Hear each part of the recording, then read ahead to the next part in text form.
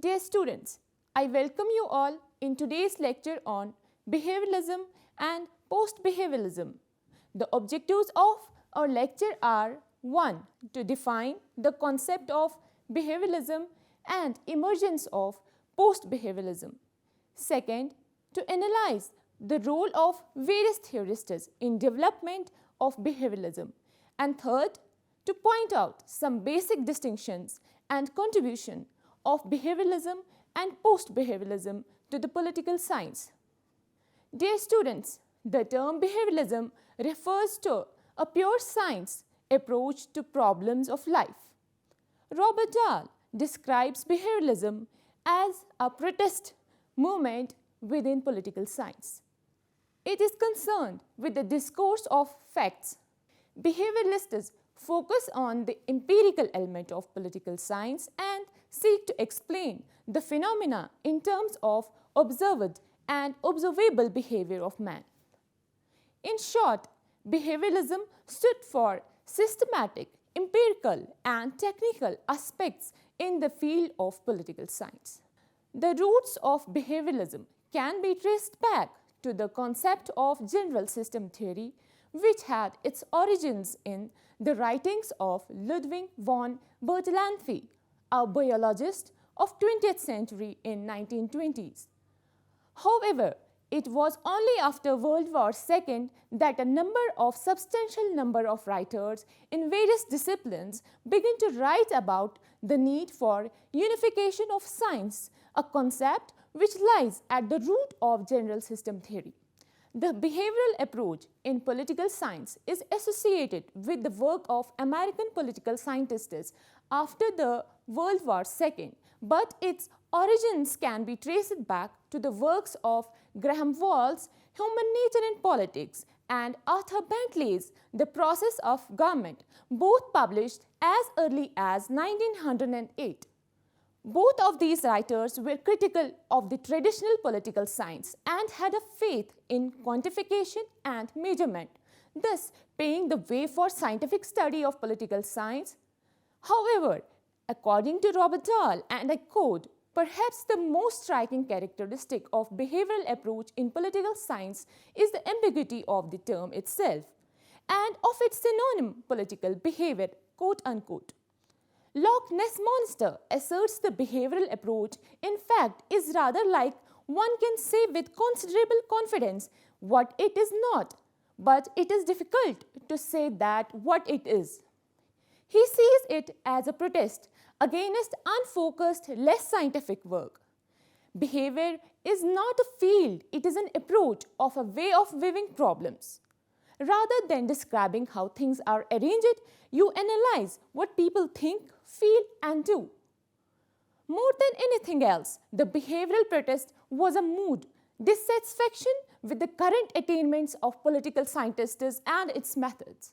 Charles E. Merriam is regarded as the intellectual godfather of the behavioral political science, who argued that the work of historians is irrelevant because it ignored psychological, sociological and economic factors in human behavior too much, and that the traditional approach of the discipline was an inadequate basis for the new sciences of politics. In his book, New Aspects of Politics, Merriam explicitly advocates most of the characteristic goals, methods, procedures and emphasizes that we associate with behavioralism and stressed upon the importance of quantifying data and findings. In his presidential address to the American Political Science Association in 1925, Charles Merriam said, and I quote, "Someday we may take another angle of approach than the formal, as other sciences do, and begin to look at political behavior as one of the essential objects of inquiry," quote unquote. During the next decade, under Merriam's leadership at the University of Chicago, the Department of Political Science was the center of what would later have been called the behavioral approach.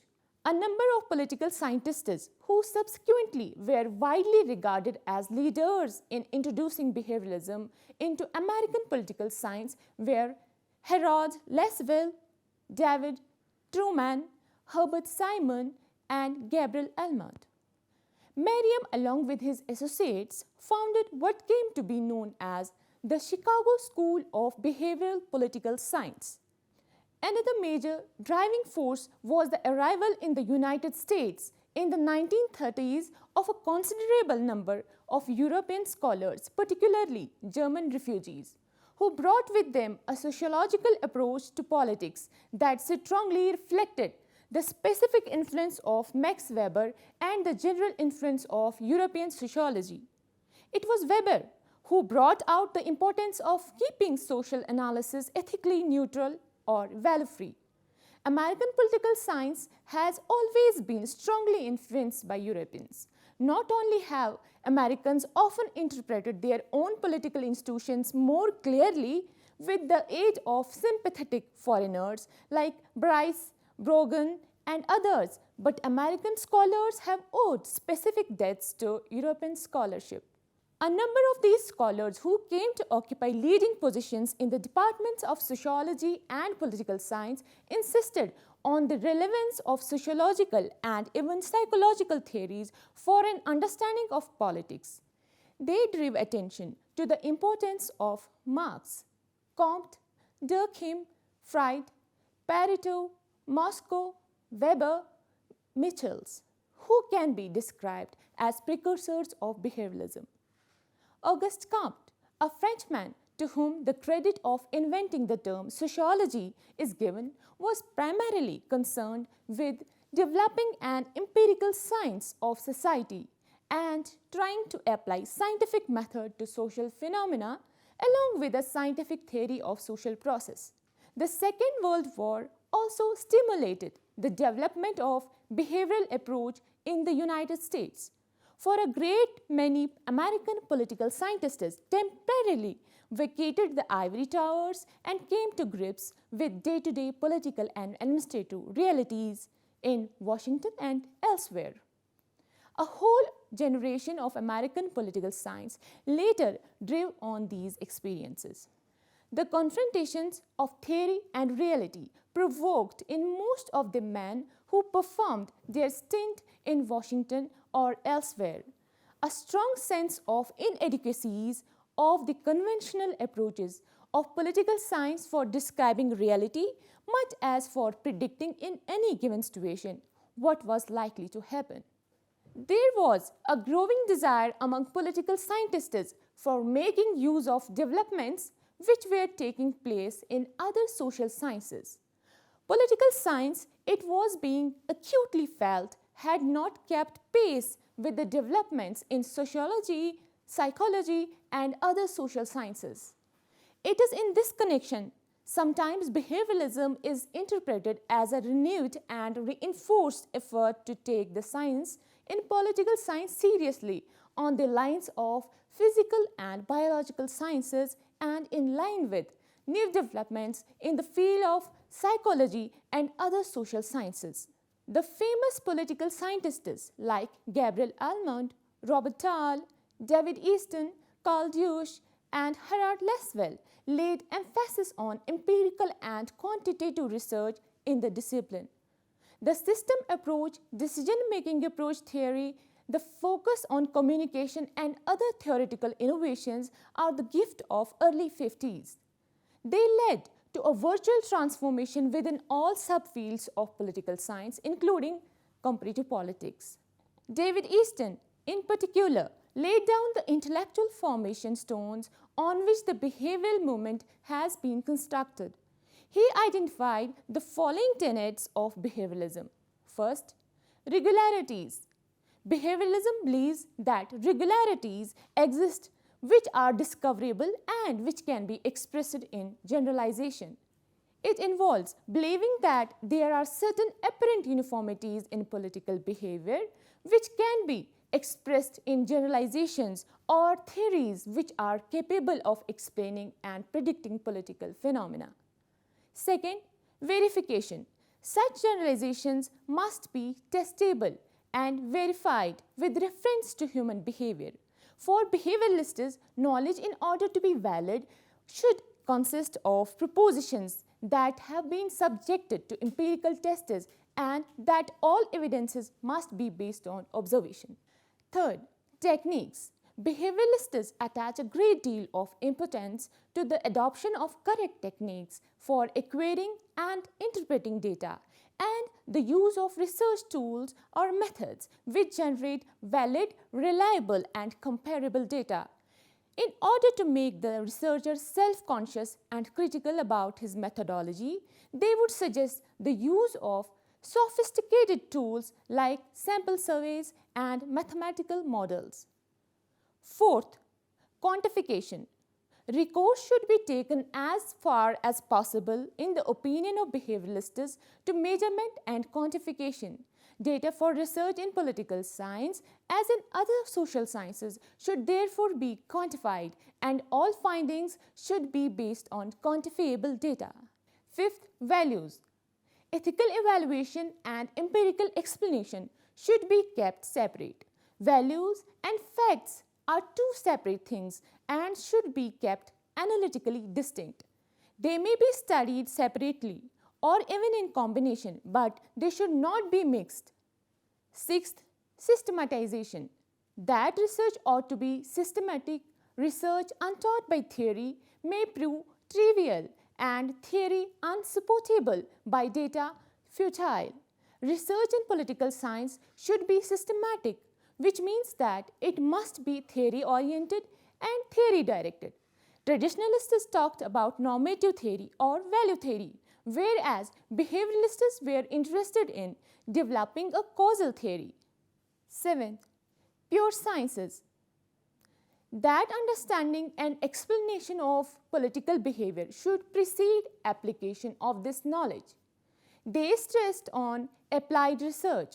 For them, the sole aim of social scientists in their effort at understanding social phenomena is to find out how a proper solution of existing difficulties can be found and the society is reformed. Eighth, integration. That material from various social sciences should be integrated. Political science should be integrated with other social sciences.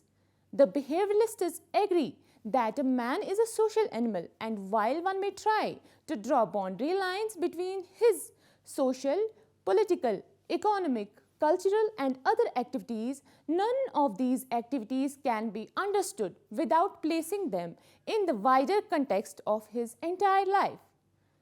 The study of political phenomena, therefore, requires some understanding of how the economic, cultural and other phenomena in society are unfolding themselves. If one has to summarize the evolution of behavioralism as a mood or reaction against traditional political science to make the subject more scientific in character, Robert Dahl has identified 6 stimuli that are: first, Charles A. Merriam at the University of Chicago and the flowering of behavioral political science at the University of Chicago in the 1920s and 30s. Second, the influx of German refugee scholars in 1930s. Third, the Second World War and the experience of the war generations, confrontation of theory and reality. Fourth, the establishment of the Social Science Research Council. Fifth, the development of Social Scientific Survey at the University of Michigan and Columbia University. Sixth, the impact of great philanthropic foundations in Carnegie, Rockefeller and Ford. The achievements of behavioralism can be treated in 2 fields: theory building and techniques of research. An overall survey of the behavioral era, particularly when include the achievements of 60s, leaves the impression on one's mind that there are 2 revolutions, the theoretical and the technical. The behavioral approach to political science, in short, can be distinguished from the traditional approach in nature, goal, methods and conceptual frames of reference. It laid emphasis on actual experiences or observation, and preference is for data gathered through one's senses rather than through institutional or extrasensory perceptions or deductive reasoning. Whatever hypotheses are built on the basis of such objective study of observable phenomena with the help of empirical methods are open to further validation or invalidation by research work carried on similar lines and by similar methods by the same scholars or other scholars in this field. Notwithstanding, the behavioral scientific mood in political science got seriously challenged as it came to encounter number of limitations.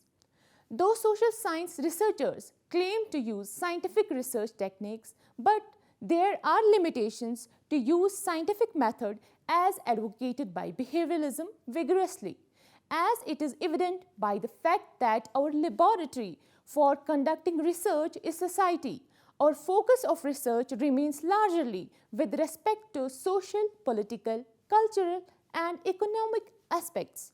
The base of these is none other than a human being. Therefore, to start from a human being, we start with human nature, his behavior, and that is where total objectivity is impossible.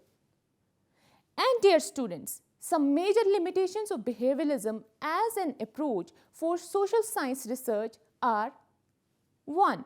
There is inherent uniqueness in social sciences which is directly against the unity of sciences, thesis proposed by Vienna Circle. Second, social phenomena are not as uniform or as constant as natural phenomena. There is lack of generalizable laws. Third, social scientists are less able to isolate particular causal factors from their general context than natural scientists. Fourth, there is greater causal complexity and as such conditional relationships. Fifth, mental entities as objects of study are not legitimate objects of scientific study. Sixth, objective observation is more problematic in social sciences due to objects of study and political implications of findings and entanglements between the values held by scientists and their research procedures. Seventh, one more problem in application of scientific method is that there are numerable variables involved in the social process. It becomes very difficult to deal with all these dimensions and relate these numerable variables. Now let's discuss the post-behavioralism. Dear students, the challenge that behavioralism encountered, especially in 1960s in US, were given the name of post-behavioralism. Among the major post-behavioral tenets and tendencies, one could mention the new emphasis on values, on issues of justice, freedom and equality.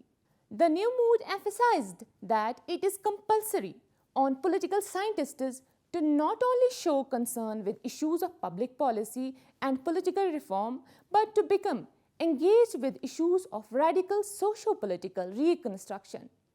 The behavioralists turned post-behavioralists now admitted that too much time had been spent on trivial and quite often irrelevant research.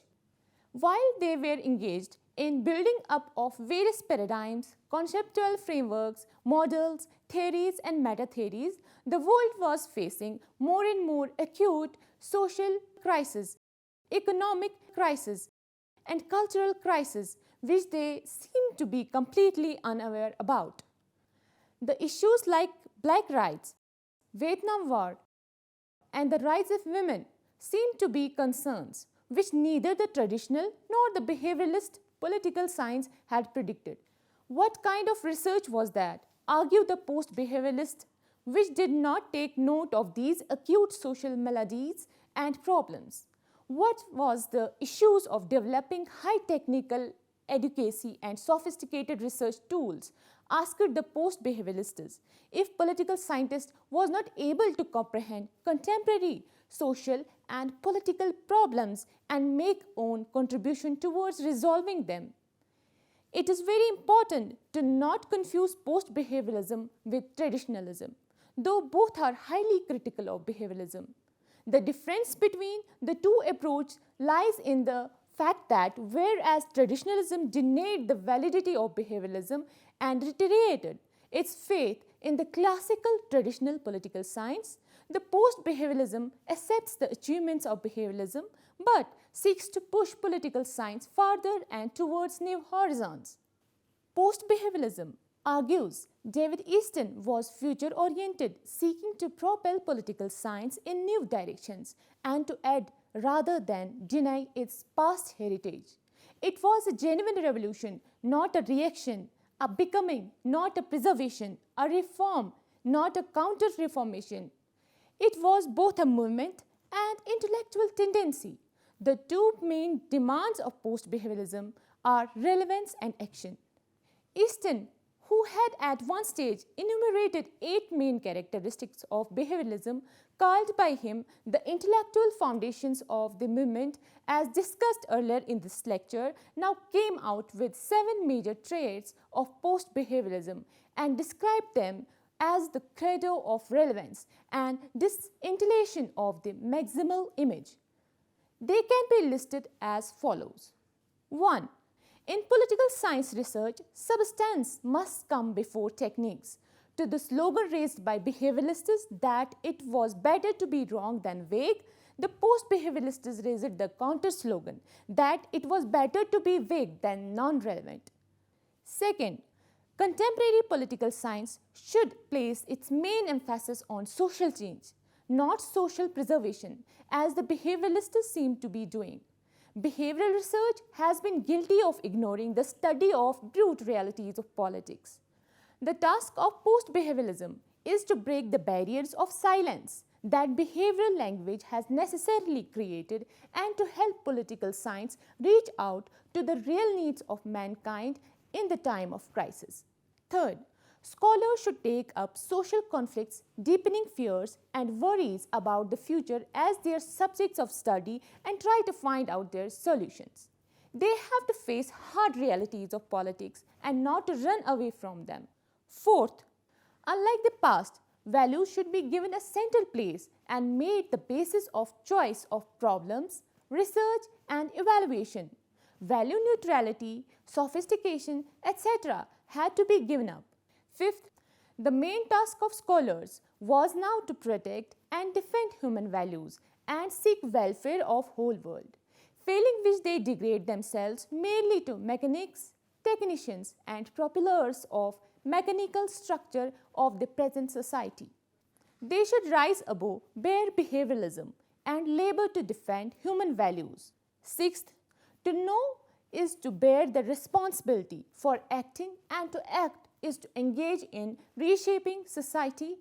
In place of sheer contemplation, the scholars must come forward with action to actualize the content of their knowledge. Seventh, it pleads for politicization of professions.